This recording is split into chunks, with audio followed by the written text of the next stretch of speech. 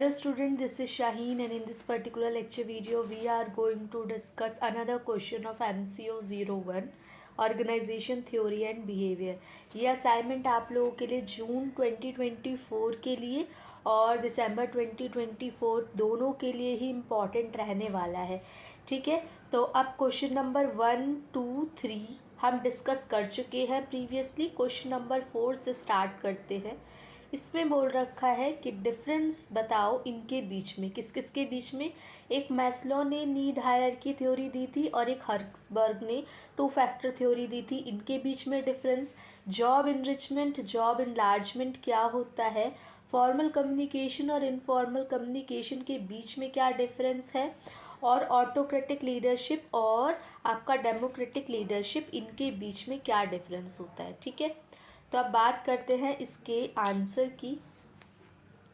तो सबसे पहले है डिफरेंस बिटवीन, हम बात करेंगे Maslow need hierarchy and Herzberg two factor theory. तो आप देख सकते हो मैस्लो ने जो थ्योरी दी थी वो मोटिवेशन के बेसिस पे थी, जो कि आपकी नीड्स को सेटिस्फाई करती है, और हर्ट्सबर्ग ने टू फैक्टर थ्योरी दी थी। ठीक है, जिसके अंदर ये था कि जहाँ पे आप काम कर रहे हो उस जगह पे आप सेटिस्फाइड हो कि नहीं हो।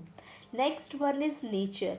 जो आपकी मोटिवेशन वाली थ्योरी है वो आपको डिस्क्रिप्टिव देती है, डिस्क्रिप्शन देती है, और ये पहले ही बताती है, प्रिस्क्रिप्टिव होती है। ये किसके ऊपर डिपेंड करती है? मोटिवेशन, बेसिकली मेन नीड और उनकी सेटिस्फेक्शन, ये रिवॉर्ड, खुशी मिल रही है या आपको पनिशमेंट मिल रही है, इनके ऊपर डिपेंड करती है ना। ऑर्डर ऑफ नीड्स, यहाँ पे नीड्स जो है वो एक सीक्वेंस के बेसिस पे है। जैसे सबसे पहले आपकी बेसिक नीड्स फुलफिल होगी, फिर सेफ्टी नीड्स है या सोशल नीड्स है या साइकोलॉजिकल नीड्स है, इस तरीके से आपको सीक्वेंस, एक नीड फुलफिल होगी तो दूसरी नीड। लेकिन जब आप इनकी बात करते हो हर्ट्सबर्ग की थ्योरी की, तो वहाँ पे कोई सीक्वेंस नहीं है। यहाँ पे अनसेटिस्फाइड नीड, जो सेटिस्फेक्शन नहीं है नीड की, उसकी वजह से इंडिविजुअल पे फ़र्क पड़ता है। यहाँ पे gratified need regulate behaviour and performance. यहाँ पे आपने डिवीजन बांटा गया है ग्रोथ और डेफिशिएंसी नीड्स पे। यहाँ पे दो फैक्टर हैं, हाइजीन और मोटिवेटर फैक्टर, जिसकी वजह से, जिसके होने या ना होने की वजह से या तो वर्कर एम्प्लॉय सेटिस्फाइड रहता है या अनसेटिस्फाइड रहता है। नाउ मोटिवेटर, मोटिवेटर कौन है? Unsatisfied need. यहाँ पे मोटिवेटर वो है जिनकी नीड्स फुलफिल नहीं होगी, और ओनली हाई ऑर्डर नीड्स, यहाँ पे जो केवल और केवल हाई ऑर्डर नीड्स हैं उनको फुलफिल किया जाएगा। तो ये बेसिक पॉइंट्स हैं जो कि मैंने एक बार आपको कंपैरिजन चार्ट बना के दे दिया और एक बार ऐसे थ्योरी में बता दिया। काफ़ी चीज़ें सिमिलर टाइप की है, अगर आप चाहो तो आप सिर्फ कंपैरिजन चार्ट दिखा दो या ये वाली थ्योरी दिखा दो, और आप चाहो तो दोनों के दोनों मेंशन कर सकते हो। ठीक है,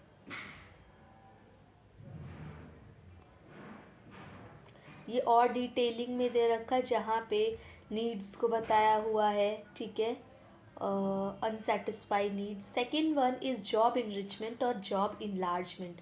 तो जॉब इनरिचमेंट और जॉब इनलार्जमेंट लिखा है ना स्टूडेंट्स, तो जॉब इनरिचमेंट को आप पहले कंसिडर करना और जॉब इनलार्जमेंट को आप बाद में कंसिडर करना। ठीक है, मतलब यहाँ पे आप जॉब इनरिचमेंट लिख देना और यहाँ पे जॉब इनलार्जमेंट। जॉब इनरिचमेंट का क्या मतलब होता है? ये वर्टिकल इन्हेंसमेंट ऑफ टास्क होता है। वर्टिकल मतलब आप प्रमोशन वगैरह की बात कर सकते हो, जैसे कि आपने एक स्किल सीखी, उसके बाद आप दूसरी नई स्किल्स और अच्छे लेवल की स्किल सीखोगे, फिर आप और लेवल पे सीखोगे, तो ये वर्टिकल होती है। जबकि जॉब इनलार्जमेंट हॉरिजॉन्टल होती है, रोटेशनल होती है, अपने ही लेवल पे आप डिफरेंट डिफरेंट स्किल सीखोगे। यहाँ पे आप क्या होता है, वर्क में इम्प्रूवमेंट आती है, यहाँ पे आप क्वांटिटेटिव वर्क को समझते हो। नेक्स्ट वन इज़, यहाँ पे स्किल्स डेवलप होती है इनरिचमेंट में, जबकि यहाँ पे आपकी पहले वाली स्किल्स ही रहती है। नेक्स्ट वन इज़, यहाँ पे आपकी जो कॉम्प्लेक्सिटी है थोड़ी सी बढ़ जाती है, क्योंकि आप वर्टिकल धीरे धीरे आप लेवल बढ़ा रहे हो, और यहाँ पे मॉडरेट भी रहती है और मॉडरेट टू हाई रहती है। जॉब इनरिचमेंट में धीरे धीरे जो एम्प्लॉय की ऑटोनॉमी है वो बढ़ती है, आज़ादी मिलती है, यहाँ पे लिमिटेड रहती है। जॉब इनरिचमेंट में आपको मोटिवेशन ज़्यादा मिलता है क्योंकि आप कहीं ना कहीं लेवल अप हो रहे हो, और आप सेम लेवल पे हो तो वो मॉडरेट रहता है।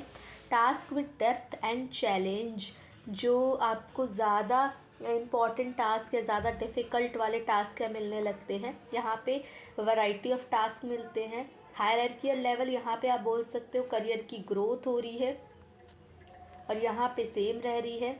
और इंडिविजुअल ग्रोथ एंड डेवलपमेंट, यहाँ पे एक इंडिविजुअल की ग्रोथ भी हो रही है, डेवलपमेंट भी। यहाँ पे वाइडर जॉब कवरेज। नाउ की difference between job enlargement and job enrichment, ये जैसे कि मैंने पहले आपको बताया है उस तरीके से ये भी मैंने मेंशन कर दिया।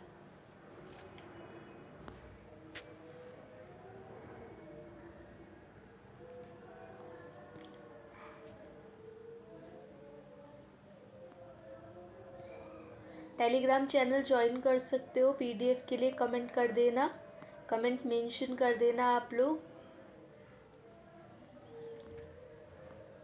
ठीक है। Next one is formal communication and informal communication. तो वर्ड से ही समझ में आ रहा है कि फॉर्मल कम्युनिकेशन कौन सी होती है, जहाँ पे आप बातचीत करते हो एक सिस्टमैटिक पैटर्न में, ग्रुप्स फॉर्मेशन होती है जो कि काम के पॉइंट ऑफ व्यू से होती है। और इनफॉर्मल कम्युनिकेशन जो कि एक तरीके की बातचीत हो रही है, जो कि कोई भी इंफॉर्मेशन की एक्सचेंज नहीं है। यहाँ पे टाइप ऑफ वर्बल कम्युनिकेशन होती है जो कि इंटरचेंज हो रही है ऑल डायरेक्शन में। यहाँ पे क्या है, एक प्रॉपर सेट है। यहाँ पे ऑफिशियल कम्युनिकेशन होती है, यहाँ पे गॉसिप टाइप होती है, तभी ये ग्रेप वाइन है। ये ज़्यादा रिलायबल होती है, ये कम रिलायबल होती है। इस पर ज़्यादा आप भरोसा कर सकते हो। ये थोड़ी स्लो होती है क्योंकि एक स्टेप जब तक परफॉर्म नहीं होगा तब तक दूसरा स्टेप नहीं होगा।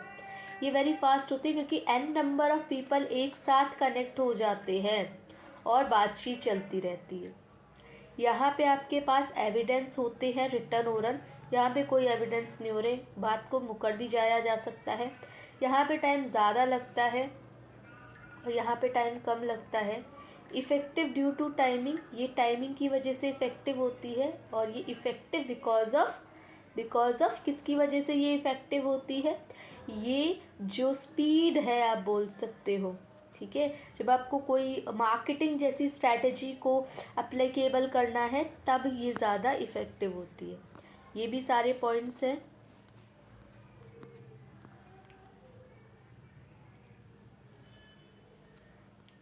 Autocratic leadership and democratic leadership में क्या डिफरेंस होता है। बेसिकली ऑटोक्रेटिक लीडरशिप आप बोल सकते हो हिटलर बेस्ड, जो एक बार लीडर ने बोल दिया you have to follow the decision anyhow, ठीक है। डेमोक्रेटिक के अंदर पार्टिसिपेशन रहता है, आप अपनी बातचीत रख सकते हो। यहाँ पे पावर्स रिस्पॉन्सिबिलिटी ग्रुप्स के बीच में शेयर की जाती है ताकि जो डिसीज़न लेना हो जाता है वो थोड़ा सा आसान हो जाता है। अथॉरिटी यहाँ पे सेंट्रलाइज्ड रहती है, सेंट्रलाइज मतलब एक पर्सन के हाथ में रहती है। यहाँ पे पावर्स बिखरी हुई होती है। ये टास्क के हिसाब से काम करते हैं, ये ग्रुप के रिलेशन के बेसिस पे काम करते हैं। थ्योरी एक्स पे फोकस करती है, ये थ्योरी वाई के बात करता है। हाई लेवल ऑफ कंट्रोल, क्योंकि जब आप एक के हाथ में पावर रखोगे तो ज़्यादा लोग इन्वॉल्व होंगे नहीं, कंट्रोल आपके हाथ में रहेगा। लेकिन यहाँ पे कंट्रोल आपके हाथ से कम हो जाएगा। यहाँ पे लेस ऑटोनॉमी, आज़ादी कम रहती है, यहाँ ज़्यादा रहती है। Appropriate when the subordinate unskilled, उनको पता नहीं है, अनएजुकेटेड है। और यहाँ पे एक्सपीरियंस और क्वालिफाइड है तो आप जिम्मेदारी दे भी सकते हो क्योंकि वो जिम्मेदारी को प्रॉपर फुलफिल करेंगे, ठीक है।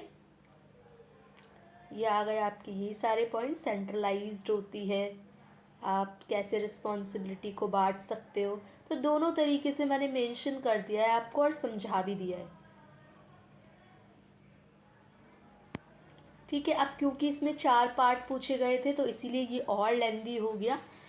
बाकी आप लोग क्या कर सकते हो, अच्छे से मेंशन कर सकते हो और सारे के सारे टैबली सबमिट कर सकते हो। पीडीएफ के लिए मैंने पहले ही बता दिया, आप लोग टेलीग्राम चैनल ज्वाइन कर लो और पीडीएफ मैं वहाँ पे अवेलेबल करा दूँगी। हिंदी में कंटेंट चाहिए या किसी और सब्जेक्ट का कंटेंट चाहिए तो भी आप लोग मेंशन कर सकते हो, ठीक है। बाकी आप लोगों से मिलते हैं नेक्स्ट लेक्चर वीडियो में, तब तक आप चैनल को सब्सक्राइब करो, शेयर करो video as more as possible. Thank you for watching and be happy students.